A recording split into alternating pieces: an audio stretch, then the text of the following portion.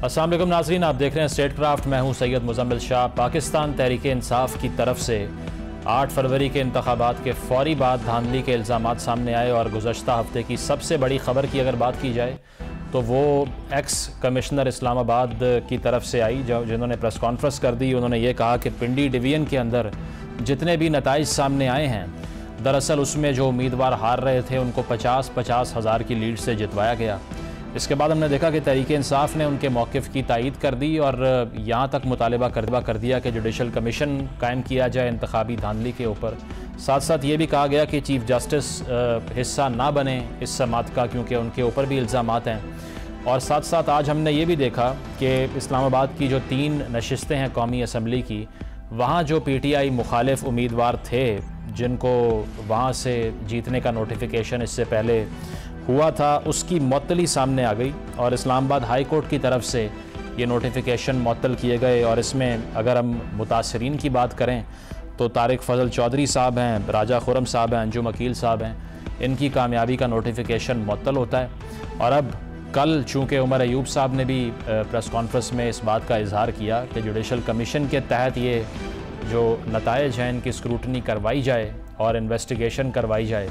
तो एक बड़ा मसला ये है कि पाकिस्तान के हर इंतखाब के बाद एक पार्टी इसी तरह से सामने आती है और वो धांधली की इन्वेस्टिगेशन का मुतालबा करती है, जो कि सेटल होते हुए ही सालों बीत जाते हैं। साथ साथ अगर पावर शेयरिंग फार्मूला की डिस्कशन करें तो तहरीक इंसाफ की तरफ से सुन्नी इत्तेहाद काउंसिल के साथ आज अलायंस का ऐलान किया गया और बैरिस्टर गौहर ने ये बताया कि चाहे वो कौमी असम्बली हो, पंजाब असम्बली हो, KP असम्बली हो, सुन्नी इत्तेहाद काउंसिल के साथ उनका जो है वो इत्तेहाद का ऐलान आज सामने आया है। और जो पीपल्स पार्टी और नून लीग के मुज़ाकरात हैं बकौल इरफान सदीकी साहब के, वो तकरीबन तय पा चुके हैं।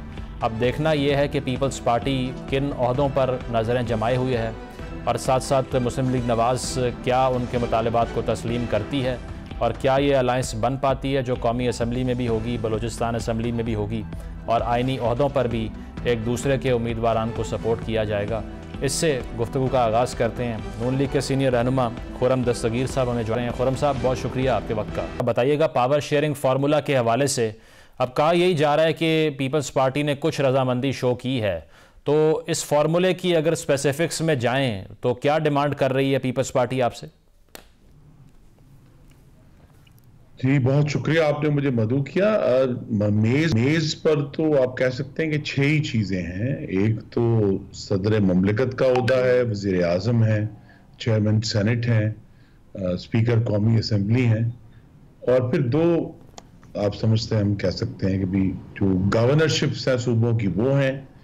और छठी चीज जो है वो पंजाब और बलूचिस्तान में पाकिस्तान पीपल्स पार्टी और पाकिस्तान मुस्लिम लीग नून का क्या वजन होगा। ये सब चीजें ये बेहक वक्त टेबल पर मौजूद हैं और इस पर अब जब हम बात करें उस वक्त तक तो हतमी राय देना अभी काबिल अज़ वक्त होगा। मुज़ाकरात जारी हैं। अच्छा, और इसके अलावा राना सनाउल्लाह साहब ने भी ये बात की कि दरअसल पीपल्स पार्टी अपनी साख बेहतर बना रही है, हमें नुकसान पहुंचा रही है। तो इससे उनकी क्या मुराद है कि वो वज़ीर आज़म अपना लाना नहीं चाहते, इसीलिए आप गवर्नमेंट फॉर्म करेंगे, हालात ख़राब हैं, आपकी साख मुतासिर हो जाएगी, ये अखज़ करें इस बयान से हम? जी, ये भी है और ये भी है कि जो मुख्तलिफ हम कह सकते हैं कि भारी जिम्मेदारियां हैं वफाक में, जिन पर इस वक्त अवाम की तरफ से एक गम और गुस्सा है, जिसमें बिलाशुबा वजारत ख़जाना भी है, वजारत तवानाई भी है और 2-3 ऐसी हैं जहां से इस वक्त अवाम बहुत गम का। वजारत पेट्रोलियम जो गैस को देखते हैं, इस मौसम सरमा में गैस के बहुत भारी बिल आए हैं। तो लिहाजा जहां भी अवामी जिम्मेदारी है और जहां मुश्किल है, उस वक्त पहले भी पीपल्स पार्टी ने ऐसी वजारतें लेने से अपने आप को बचा लिया था और अब गालिबन वो उसकी दोबारा कोशिश कर रहे हैं। खुरम साहब, ये बताइए कि बिलावल साहब ने जो 3 और 2 साल का फार्मूला था उस पर उन्होंने कहा कि मैंने वज़ीर आज़म बनने से इनकार कर दिया है, और जो टर्म उन्होंने यूज़ की वो ये थी कि जिस तरीके से ये वज़ीर आज़म बनना चाह रहे हैं उस तरह मैं बनना नहीं चाहता। ये किस तरीके की बात हो रही है? जी, उनकी अपनी एक तौजीह है कि अवाम ने उनको वजारत उज़्मा का मैंडेट नहीं दिया। और जिस तरीके की बात कर रहे हैं वो गालिबन उसका बेहतर जवाब वही दे सकते हैं। और 3-2 का फॉर्मूला जो है वो उस टेबल पर आए इसलिए था कि अगर इसके जरिए इस्तेहकाम आता है और पार्टियां एक दूसरे के साथ बेहतर ताउन कर सकती हैं, वरना मेरी जाती राय में भी और वैसे भी पार्टी की अमूमी राय में ये कोई ऐसा कामयाब फॉर्मूला नहीं है। हम इस 2013 से 18 तक बलोचिस्तान में इसका तजर्बा कर चुके हैं जनाब डॉक्टर मालिक और सनाउल अजहरी साहब के साथ, और वो इतना कामयाब नहीं हुआ था।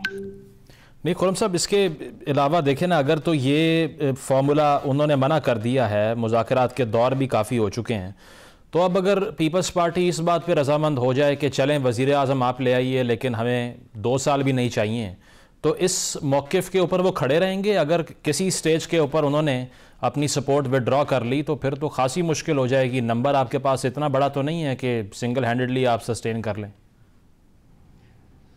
जी, ये इम्कान हमेशा मौजूद है। सियासत में कोई भी हरफ आखिर नहीं होता, तो लिहाजा जो आने वाले वाक़यात हैं उनमें वो फैसला कर सकते हैं। इसीलिए जो आने वाली हुकूमत है उसके लिए जो पहले 15 माह हैं वो इंतहाई अहम है कि जो अगला बजट आएगा जून 2025 में, उस तक अगर हम कोई मुआशी इस्तेहकाम हासिल कर पाए इंशाअल्लाह, तो तब तो ये जमातें साथ रहेंगी। लेकिन अगर मुआशी सूरत हाल खास तौर पे महंगाई और जो गैस और बिजली के बिलों में कमी अगर हासिल ना हुई तो तशवीश मजीद बढ़ेगी और फिर सियासी अदम इस्तेहकाम के इम्कानात भी बढ़ जाएंगे।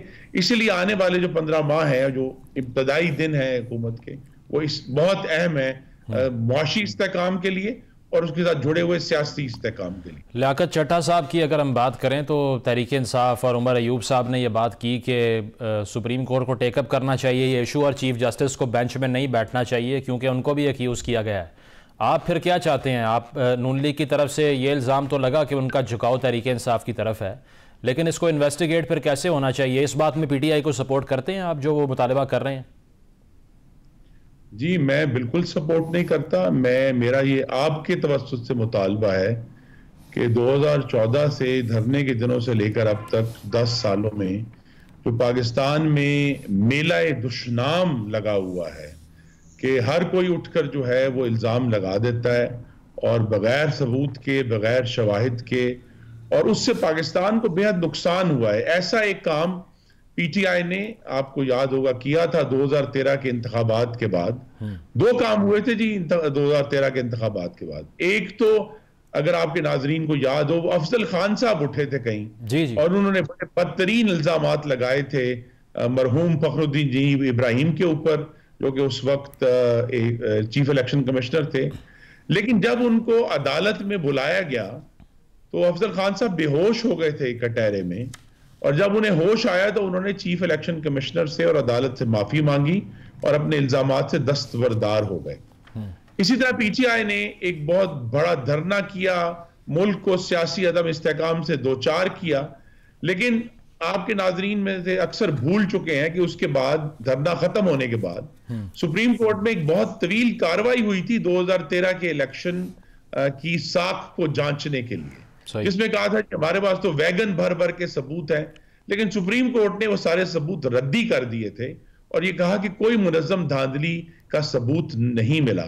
तो यहां जो भी इल्जामात हैं, जब तक वो जो साबिक कमिश्नर साहब हैं वो बाकायदा तौर पर, कानूनी तौर पर एविडेंस जाकर किसी अदालत में दाखिल नहीं करते और सिर्फ मीडिया की अदालत में ही अपना ढोल बजाकर चले जाते हैं, तो उसकी जो असल वक़्त है मीडिया से हटकर, वो सिफर से भी कम है। वैसे वो री इलेक्शन का मुतालबा नहीं कर रहे थे, लेकिन आज हमने देखा कि इस्लामाबाद की जो 3 नशिस्तें थीं उसके ऊपर भी जो PTI के मुखालिफ उम्मीदवार थे, नोटिफिकेशन उनके मुअत्तल हो गए। तारिक फजल चौधरी साहब उसमें शामिल हैं, अंजुम अकील है, राजा खुरम है। तो दूसरी जानिब एक्स कमिश्नर भी इस्लामाबाद के रावलपिंडी के बिलखसूस इल्ज़ाम लगाते हैं। तो फिर क्या समझें कि अभी बहुत सी सीटें इनको फाइनल ना समझें कि कल को जाकर ये भी अगर रिवर्स हो जाए, रीकाउंट हो जाए या अदालत में मामला चला जाए, लिटिगेशन से निकालेंगे कैसे इस सारे प्रोसेस को आप? जी, आने वाली असेंबली से भी मेरा मुतालबा है और चीफ जस्टिस पाकिस्तान से भी मुतालबा है, क्योंकि वो इंतजामी तौर पर ये काम कर सकते हैं कि पाकिस्तान की तमाम अदालतों को ये हिदायत जारी की जाए कि उनके पास अगर कोई इस किस्म के इल्जामात लेकर आए तो अदालत उस पर एक इब्तदाई समाअत करे, जिसको अंग्रेजी में इनक्वेस्ट कहते हैं, और अगर वो समझें कि उन हमारे पास इतने सबूत और शवाहिद हैं जिसकी बुनियाद पर आगे जाया जा सकता है तो उसको आगे लेकर जाया जाए, अदरवाइज उस केस को वहीं खत्म कर दिया जाए। ये जो हमारे यहां क्लोजर नहीं होता और एक ना खत्म होने वाला इल्जामात का सिलसिला है, मेरे ज़हन में तो ये आता है इसको बंद करने का अदालती ही एक तरीकेकार है कि भाई जिसके पास कोई सबूत है वो जाके अदालत में जाएगी, जी मेरा ये चार्ज है, ये मेरे पास एविडेंस है। अगर अदालत एक्सेप्ट करे तो ठीक है, वो आगे चले, नहीं एक्सेप्ट करे तो वो मामला वही बंद होना चाहिए कि ये झूठ था, ये गलत था, या ये सबूत नाकाफी थे पाकिस्तान को सियासी हिजान में मुब्तला करने के लिए। तो हमें ये बड़ा एक सीरियस मामला बन गया है कि जिसका जी चाहता है वो इल्जामात लगा देते हैं। अदालतें भी बहुत अरसे से अवामी दबाव में आकर फिशिंग एक्सपेडिशंस कर रही हैं कि सबूत होता नहीं और केस चलना शुरू हो जाता है। तो लिहाजा कि एक बड़ा अब हमारे सामने आने वाले दिनों में, आज आप भी कहते हैं अपने मुख्तलिफ जगहों पे कि हम एक पोस्ट ट्रूथ एरा में है, तो जब सच और झूठ का फर्क खत्म हो गया है तो फिर हमारे पास अदालत ही है जो जांचेगी, अदरवाइज तो मीडिया में या अवाम के सामने तो ये मामला खत्म होने वाले नहीं। खुर्रम साहब, इसमें क्या हर्ज है अगर पीटीआई कह रही है जुडिशल कमीशन बना दें इंतखाबी धांधली के ऊपर? वो कहते हैं कि अगर आप ठीक हैं, आपने फेयर वोट लिए हैं, तो अपने आप को प्रेजेंट कर दें एहतसाब के लिए। नहीं, देखिए यही तो बात है कि वो एक इल्जाम की बुनियाद पर, जिसके लिए उनके पास शवाहिद नहीं है, वो ये कहते हैं कि कमीशन बने। उन्होंने सबूत लेकर जाना है जिस भी अदालत को वो समझे, और वो अदालत कहे कि ये सबूत इतने ज्यादा हैं जिसकी बुनियाद पर एक कमीशन बनना चाहिए, तो ठीक है। लेकिन ये कोई तरीका नहीं कि जी मैंने इल्जाम लगा दिया है, लिहाजा जो कामयाब है या जो शख्स जिस चीज का मुतहम्मिल हो चुका है उसको कहा जाए कि तुम अपनी जो है ना वो इनोसेंस प्रूव करो, बजाय ये कि जिसने इल्जाम लगाया है वो उसने गिल्ट साबित करना है। और नवाज शरीफ साहब के नाम पे पीपल्स पार्टी को भी एतराज था? जी नहीं, मेरे नॉलेज में ऐसी कोई बात नहीं है। और वजारत उज़्मा के लिए फिर चूंकि पीपल्स पार्टी ने 2 साल का वजीर आजम बनने से इनकार कर दिया है, तो क्या तसव्वुर करें कि अगर ये अलायंस बनती है तो शहबाज शरीफ इज द मैन, राइट? जी, इस वक्त तो अगर नवाज शरीफ का हतमी फैसला, मैं आपको बता रहा हूं कि अभी नहीं हुआ, लेकिन अभी गालिब इम्कान यही है कि मुस्लिम लीग नून की तरफ से शहबाज शरीफ ही वजारत उज़्मा के उम्मीदवार होंगे और इंशाल्लाह 5 सालों के लिए होंगे। और सदर पाकिस्तान के लिए जरदारी साहब को सपोर्ट करेंगे? जी, ये अभी जो है मुज़ाकरात की मेज पर ये गुफ्तगू हो रही है, बहुत जल्द इसके नताइज आपके और आवाम के सामने आ जाए। बहुत बहुत शुक्रिया। खुर्रम दस्तगीर साहब हमारे साथ मौजूद थे और उनका कहना था कि कबल अज़ वक्त है कि पावर शेयरिंग फार्मूला में कौन कौन सी पोजीशंस तय की जाएंगी, लेकिन अगर ये अलायंस अग्री होता है पीपल्स पार्टी के साथ, तो चूँकि वो वजारत उज़्मा जो 2 साल की है, बिलावल भुट्टो साहब मना कर चुके हैं, तो इस पर अब अस्यूम यही किया जाए कि शहबाज शरीफ साहब जो हैं वो डार्क हॉर्स हैं और उनका इंतखाब जो है वो हो सकता है अगर ये अलायंस तय पाती है। बलूचिस्तान की उन्होंने बात की कि वहाँ पर भी एक हुकूमत इसी इत्तेहाद के तहत कायम की जाएगी और साथ साथ जो स्पीकर और सदर पाकिस्तान के ओहदे हैं उनके ऊपर भी फैसला मुज़ाकरात के बाद किया जाएगा। एक ब्रेक शामिल करते हैं, ब्रेक के बाद वापस आएंगे। Stay with us.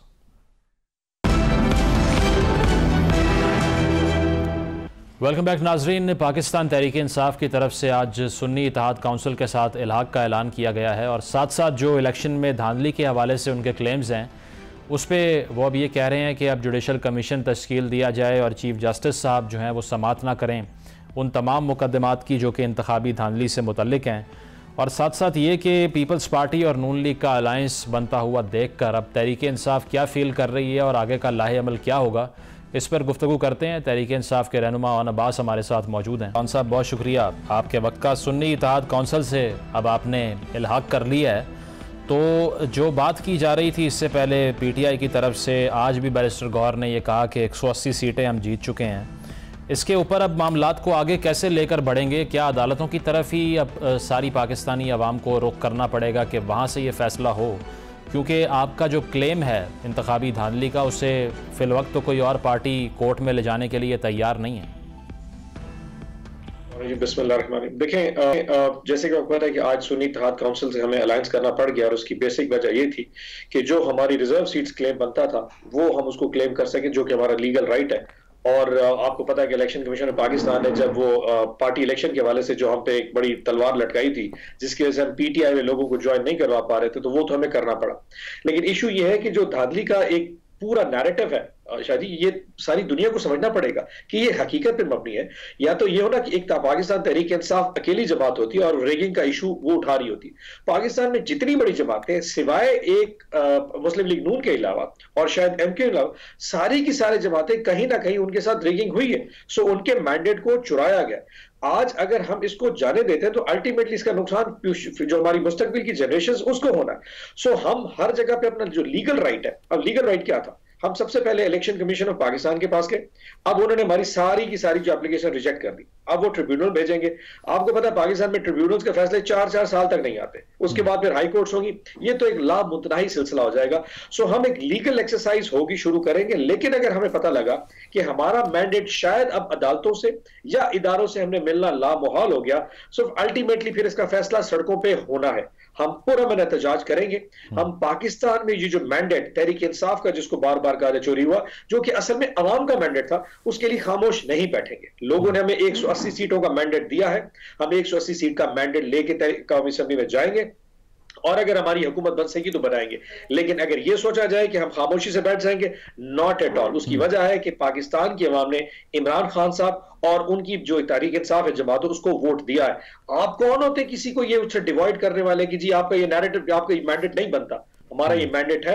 आज हमने सेनेट में भी एहतजाज किया और वहां पे सिंबॉलिक एहतजाज किया। हम डेली सेनेट के सेशन में एहतजाज करते रहेंगे जब तक हमारा ये हक दिया नहीं जाता। साहब, ये बिल्कुल ये सड़कों पे जो फैसला करने वाली बात है। अब देखिए, जिस तरह से हमने देखा, शुएब शाहीन साहब गए कौमी असम्बली का जो हल्का है NA-47, और वहाँ पे आज तारिक फजल चौधरी साहब का जो नोटिफिकेशन था कामयाबी का, उसको मुअत्तल किया इस्लामाबाद हाई कोर्ट ने। तो आप on the parallel of it, ये सारे मामलात इस तरह सेटल अगर होते भी रहें तो एहतजाजी सियासत से हिस्टोरिकली तो कुछ नहीं मिला किसी जमात को। इनफैक्ट उससे जो पोलराइजेशन बढ़ी है, अब आकर भी हम अगर सड़कों पे ही फैसले करेंगे, अब आपके पास कोई ना कोई फ्रेमवर्क तो बन चुका है, आपने अलायंस भी किया एक पार्टी से, तो पार्लिमानी पॉलिटिक्स की तरफ स्ट्रेस ज़्यादा नहीं होना चाहिए अब आके? अच्छा, इसमें थोड़ा सा बैलेंस होगा। पहली तो बात यह है कि सलमान अकरम राजा साहब के केस में या शुएब शाहीन साहब के केस में या इवन अली बुखारी के केस में, क्योंकि ये वकला की टीम है, उनको मतलब they know how to fight their case, तो वहां पे थोड़ा अदालतों पे प्रेशर भी होता है to to act as upon जो जिस तरह उनकी प्ली आई होती है। जहां पे एक नॉर्मल एक आदमी है, जैसे 18 लोग हमारे कराची में हारे या हमारे जनूबी पंजाब में हमसे 13 सीटें खींची गई हैं। अब उन लोगों के ऑब्वियसली वकला का ना एक्सेस है ना कोर्ट तक एक्सेस, उनका फैसला नहीं होगा।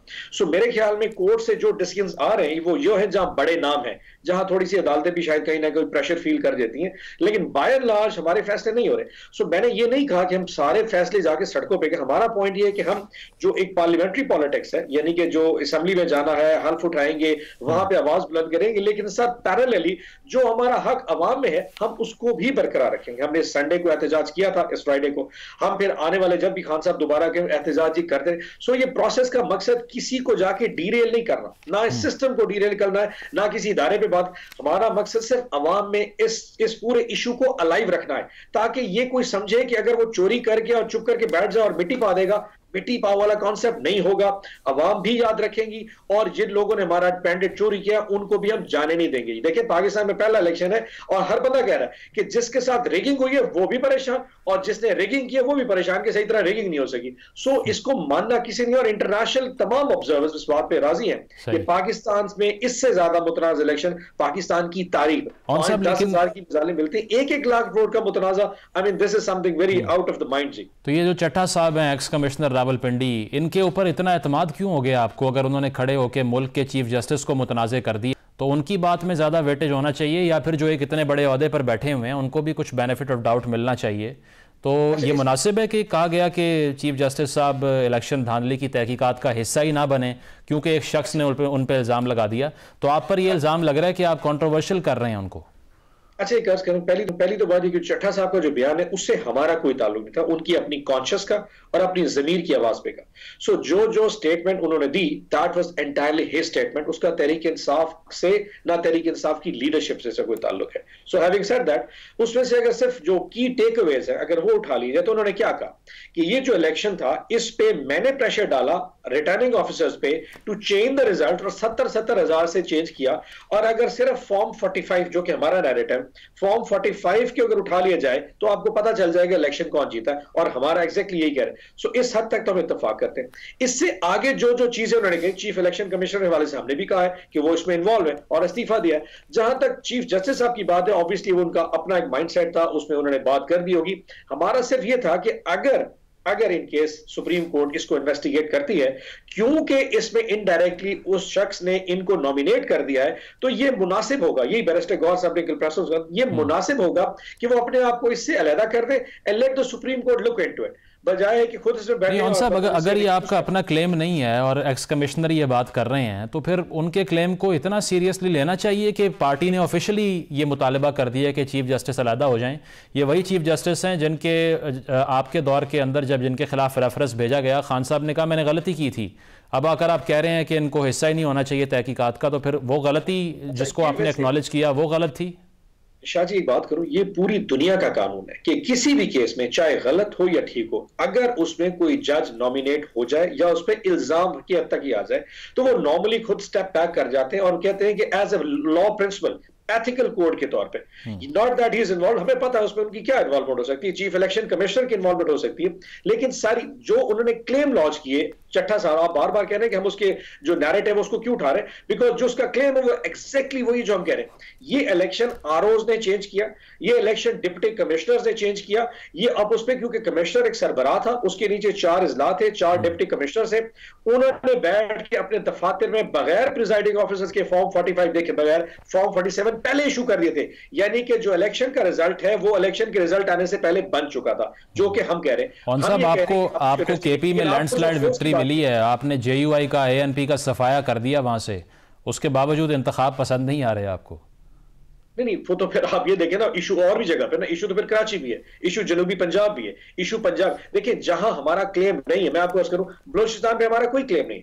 बलूचिस्तान में पाकिस्तान तहरीक इंसाफ सिर्फ शुमाली बलूचिस्तान जिसको नॉर्थ बलूचिस्तान कहते हैं, जो कि पश्तून बेल्ट है, वहां हमारा वोट जरूर है, कोयटा और इस साइड के ऊपर। जो साउथ बलूचिस्तान है उस साइड पे हमारा कोई खास वोट नहीं, वहां बाप पार्टी का मैंडेट है, वहां बीएनपी का मैंडेट है, बीएनपी मेंगल का मैंडेट है, बाकी जो नेशनल पार्टीज है उनका मैंडेट है, वो चोरी हुआ है। इसी तरह इंटीरियर सिंध में आ जाए तो हमारा वहां पे कोई क्लेम नहीं है, वहां पीपल्स पार्टी जिस तरह भी जीती, वहां जीडी का क्लेम जरूर हो सकता था, क्योंकि जीडी और पीपल्स पार्टी थी, हमारे वहां पे कोई खातिर खा किस्म के कैंडिडेट्स नहीं खड़े। हमारा वहां पावर क्लेम है जहां हम समझते हैं कराची में हमारे साथ चोरी हुई है, जनूबी पंजाब में हमारे साथ चोरी हुई है, पंजाब अपर पंजाब में हमारे साथ चोरी हुई है, केपीके में ठीक है हम जीत गए क्योंकि वहां पे आरओज ने स्टैंड लिया, वहां का एक कोड कल्चर डिफरेंट है, जहां पे पंजाब पुलिस काम कर रही है वहां पे इंसान मतलब काम करना बड़ा मुश्किल हो जाता है। सो हम ये कह रहे हैं कि जहां जहां हमारे क्लेम है या ऐसी जमातों के, जैसे कि अब फारिग लश्करी रईसानी ने क्लेम किया, महमूद अचकजई ने इशू डाला, जमीयत उलमा इस्लाम ने कहा, जमात इस्लामी, इन सबके टिपिकल एरिया और टेरिटरीज है,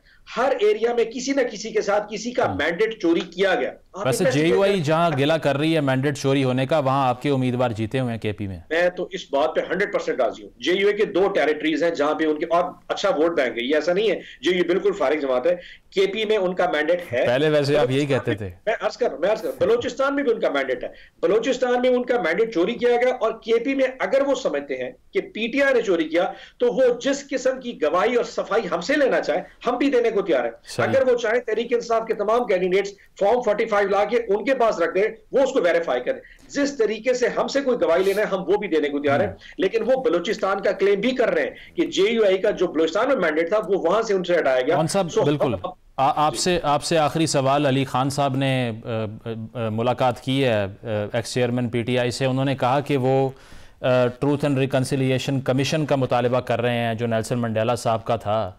आपकी याददाश्त के लिए मैं बताना चाहूँगा कि ये कमीशन एक बार बना था पहले, और इसका नाम रखा गया था NRO, नेशनल रिकन्सिलिएशन और उस NRO को जितना मुतनाज़ आपकी जमात ने किया है उसकी भी बेसिस वही थी, तो क्या PTI अब मानेगी कि वो गलत किया हमने? अगर सियासतदानों के खिलाफ केसेस बने और उनको रिवर्सल किया जाए उसका, तो वो बुरा नहीं होता, मुकमुका नहीं होता? अच्छा शादी गर्ज करूं कि जो अली भाई वहां मिल के आए थे, खान साहब से मिल के आए थे, उन्होंने दो बातें की थी। एक उन्होंने कहा था ट्रुथ एंड रिकंसिलिएशन, दूसरा ने कहा था मैं इस्तेकाम चाहता हूं, इंतकाम नहीं चाहता। देखें 2018 में जो पाकिस्तान था वो 2024 में नहीं है। आज के पाकिस्तान में और आज से 6 साल पहले पाकिस्तान में बहुत फर्क आ चुका है। अब पोलराइजेशन एक एक्सट्रीम पे जा चुकी है। अगर इस टाइम भी हम उस तरह की पॉलिसी से पहले जो 18 में पॉलिसी, तो शायद इसका अंदेशा है कि अब इसका नुकसान पाकिस्तान की स्टेट को हो सकता है। हम कभी भी उस तरह नहीं जाना चाहते। ये मुल्क की हर इदारा, हर सिस्टम हमारे लिए इस मुल्क की जगानगियत के लिए इंपॉर्टेंट है। NRO पे तनकीद फिर गलत हुई ना आपकी? NRO उस पे क्या था? NRO क्या था कि जिन जिन लोगों ने करप्शन किया है उनके करप्शन के केसेस माफ कर दी जाए। इस वक्त खान साहब की जात का मसला है। आप देखिए खान साहब के साथ जो इशू किया गया, सारे केसेस छोड़ दें। वो जो निकाह को गैर शरई करार देना, इंसान की गैरत को चैलेंज करना, इस जगह पे आके कोई शख्स कह दे कि मैं इस पे भी माफी देने को तैयार हूं, इससे बड़ा दिल किसका होगा? अगर ये काम मेरे से आपके साथ हुआ तो क्या हम इतना बड़ा दिल करते? उस शख्स की अजमत को सलाम है कि ये निकाह वाले केस के बाद भी कह रहा है कि मैं इंतकाम नहीं लूंगा, इंतकाम। क्योंकि आज के पाकिस्तान में अगर इंतकाम की तरफ गए तो शायद इस मुल्क को स्टेबलाइजेशन की तरफ ले जाना थोड़ा मुश्किल होगा। स्टेबिलिटी चाहिए होगी, बिल्कुल। और अली भाई ने उसको सही ट्रांसलेट किया। ठीक है, बहुत बहुत शुक्रिया। अब्बास साहब थे, उनका कहना यही था कि कॉपरेशन से आगे बढ़ना पड़ेगा। मजीद अगर हम सियासी कुव्वतों को मार्जिनलाइज करेंगे तो उसका मुल्क को नुकसान होगा। एक ब्रेक शामिल करते हैं, ब्रेक के बाद वापस आएंगे। Stay with us.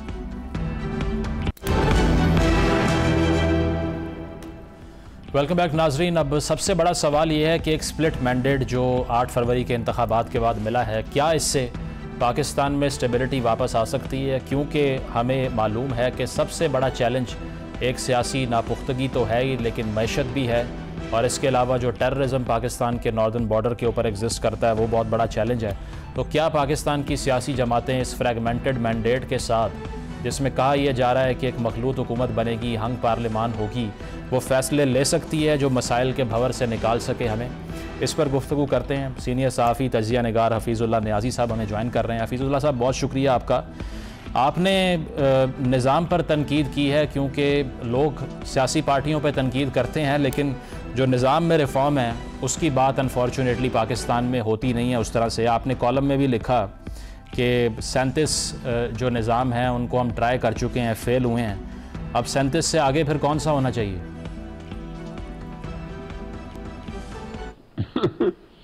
देखिए जी, ये तो हमारे सामने पड़ा है, और जिन लोगों के कब्ज़ा इस्तिबदाद में फैसला करने की कुव्वत है और जो फैसला करने हैं, फैसला अच्छे या बुरे की मैं बात नहीं कर रहा हूँ, फैसला करने की बात कर रहा हूँ, तो वो किस किस्म का फैसला करते हैं, ये तो इसका सारा निसार उन पे है।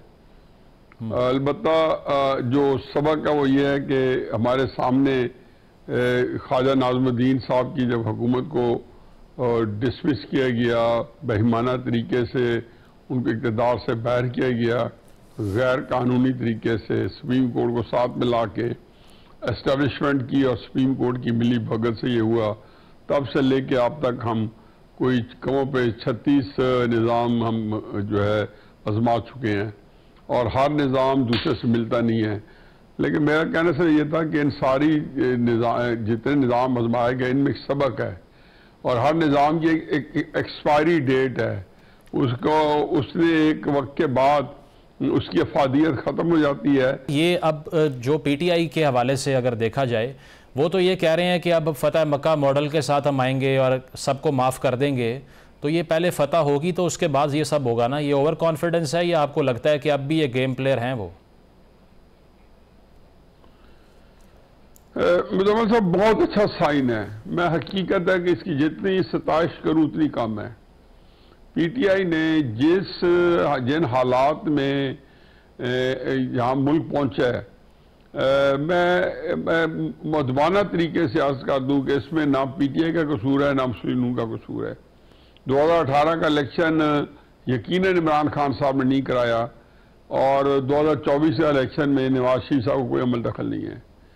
अब ये कतन है तो उसके कि मैं उसके बारे में एक अलहदा से तकरीर झाड़ दूँ कि ये एक दूसरे को जो गालियाँ देते हैं, ये बिल्कुल एक धोखा कर दे रहे हैं एक दूसरे को, या अपने बंदों को, या धोखाधड़ी पे, या जिन लोगों को के बारे में कुछ कहना चाहिए उनको कुछ नहीं कह पा रहे। लेकिन जो इन्होंने लीडर ऑफ द अपोजिशन दे दिया है, उमर अयूब साहब और अली अमीन गंडापुर, इन सब का एक ही मौक़िफ़ है और सबके अंदर, या गौर अली खान है, कि हमारी एस्टेब्लिशमेंट से लड़ाई नहीं है। अब अगर आप की एस्टेब्लिशमेंट लड़ाई नहीं है तो इसका मतलब यह है कि आप ये बात सिद्ध के दिल से कह रहे हैं, और आपने नारे भी लगवाए कि फौज हमारी, या फौज के हैं। ये आपने देखोगे इलेक्शन से पहले नारे लगे थे पीटीआई के जलसों में या कन्वेंशन में। तो ये तो बड़ी खुशाइन बात है कि जिन लोगों ने किया काम उनको एक दफा पीटीआई ने माफ कर दिया, और ये बहुत जरूरी था कि मुल्क के लिए माफ किया जाए।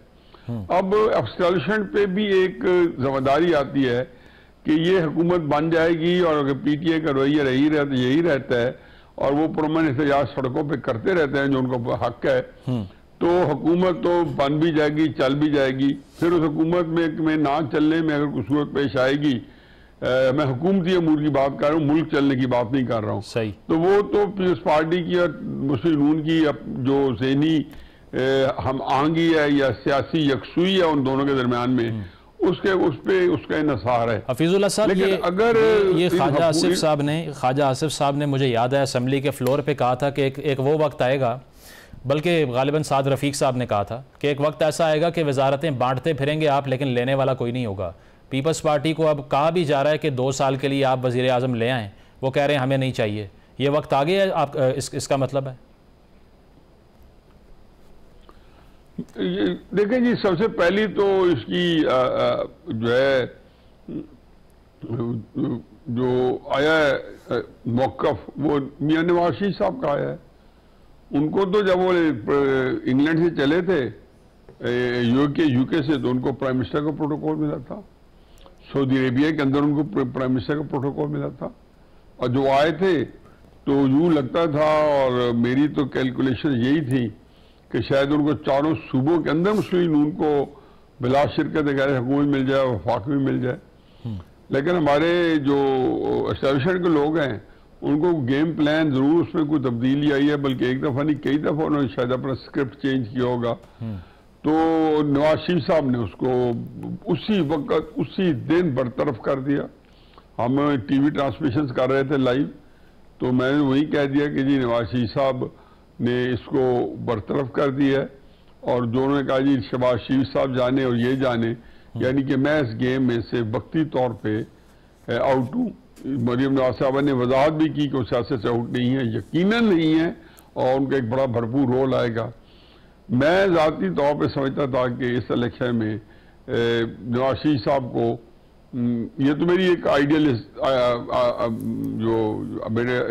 आइडियलिस्टिक थिंकिंग सोच थी कि नवाज शरीफ साहब को अपोजिशन लीडर के तौर पे फॉर्म पेश कर देना चाहिए था। अच्छा। और साथ कहना चाहिए था कि आज़ाद उम्मीदवार जो पीटीआई से तल्लुक़ रखते हैं हुकूमत बनाए। लेकिन अब मैं समझता हूँ कि अगर हालात इस तरह के हैं कि मुल्क इंतहाई सियासी तौर पर एक दलदल में फंसा हुआ है, तो मियां नवाज शरीफ साहब को चाहिए कि वो वज़ीर आज़म खुद बने। हर दफ़ा सूरत हाल जो है सख्त तो आती है और पहले भी निपट चुके हैं, लेकिन इस तरह की सूरत हाल में नवाज शरीफ साहब के अलावा कोई बंदा जो है उसमें कोई कंट्रीब्यूट नहीं कर सकता। लेकिन एक वो सर पे तलवार लटकती रहेगी ना, किसी भी वक्त अदम एतमाद की तहरीक आ गई, एक पार्टी ने अगर विड्रॉ कर लिया, पूरी इमारत गिर जाएगी। तो क्या फर्क पड़ता है, चले जाएंगे, सियासतदान है। हाँ, इलेक्शन भी तो हार जाते हैं, इलेक्शन सियासतदान। क्या सियासत खत्म हुई है? कितने सियासतदान आपको इस वक्त आए हैं जिन्होंने कम अज कम, मैं तो दर्जनों को जानता हूँ जो पिछले 30 सालों में 10-11 इलेक्शन लड़ चुके हैं, उनमें से 3-4 हार भी गए होंगे, वो फिर आ जाते हैं। सियासत के अंदर इन बातों से नहीं देखा जाता। इंडिया के अंदर एक दफा इसी तरीके से अदम एतमाद आना शुरू हो गई थी, बार बार आ रही थी। ये मेरे ख्याल में कोई 90, 95, 96 उन्हीं दिनों टर्की उसमें इटली में आ रही थी, उन्हीं दिनों टर्की में आ रही थी, जापान में आ रही थी। क्या फर्क पड़ता है? सियासतदान की सियासत फैसला गलत फैसले से खत्म होती है, हार जीत से सियासत किसी की खत्म नहीं होती। साहब, लेकिन एक फर्क है ना, आपने इंडिया 1997 में जी आपने इंडिया की मिसाल दी ना, वो वाजपेयी साहब 2 वोट से हार गए थे अदम एतमाद, तो उन्होंने एक्सेप्ट किया और उन्होंने कहा कि मैं कॉन्ग्रेचुलेट करता हूँ। यहाँ पर जो अदम एतमाद आई उसके बाद कहा गया कि अमेरिकी साजिश है, ये भी तो मसला है ना। देखिए जी, इमरान खान का केस बड़ा मुख्तलिफ है। इमरान खान साहब तो अब भी उनका जो सियासत है आज भी उन्होंने एस्टेब्लिशमेंट से इस्तेमाल की हुई है। जब उन्होंने गौर खान को सदारत पार्टी की दी तो उन्होंने नवाज शरीफ साहब से बात करना पसंद नहीं की, उन्होंने एस्टेब्लिशमेंट के साथ ये बात करना पसंद फरमाई।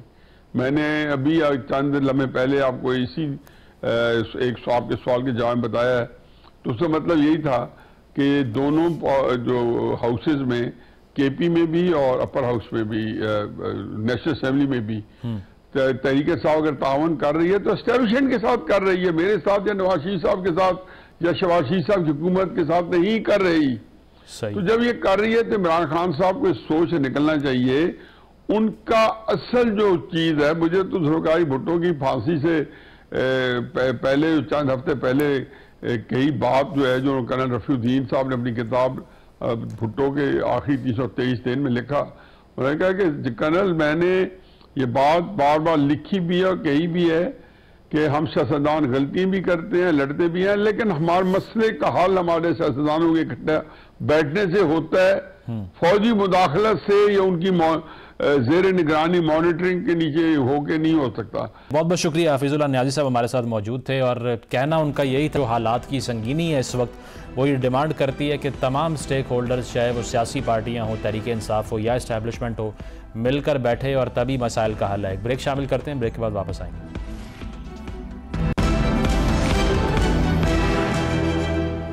नाज़रीन, प्रोग्राम आपने मुलाहिज़ा किया, अपना फीडबैक ज़रूर दीजिएगा। इजाज़त दीजिए, अल्लाह हाफ़िज़।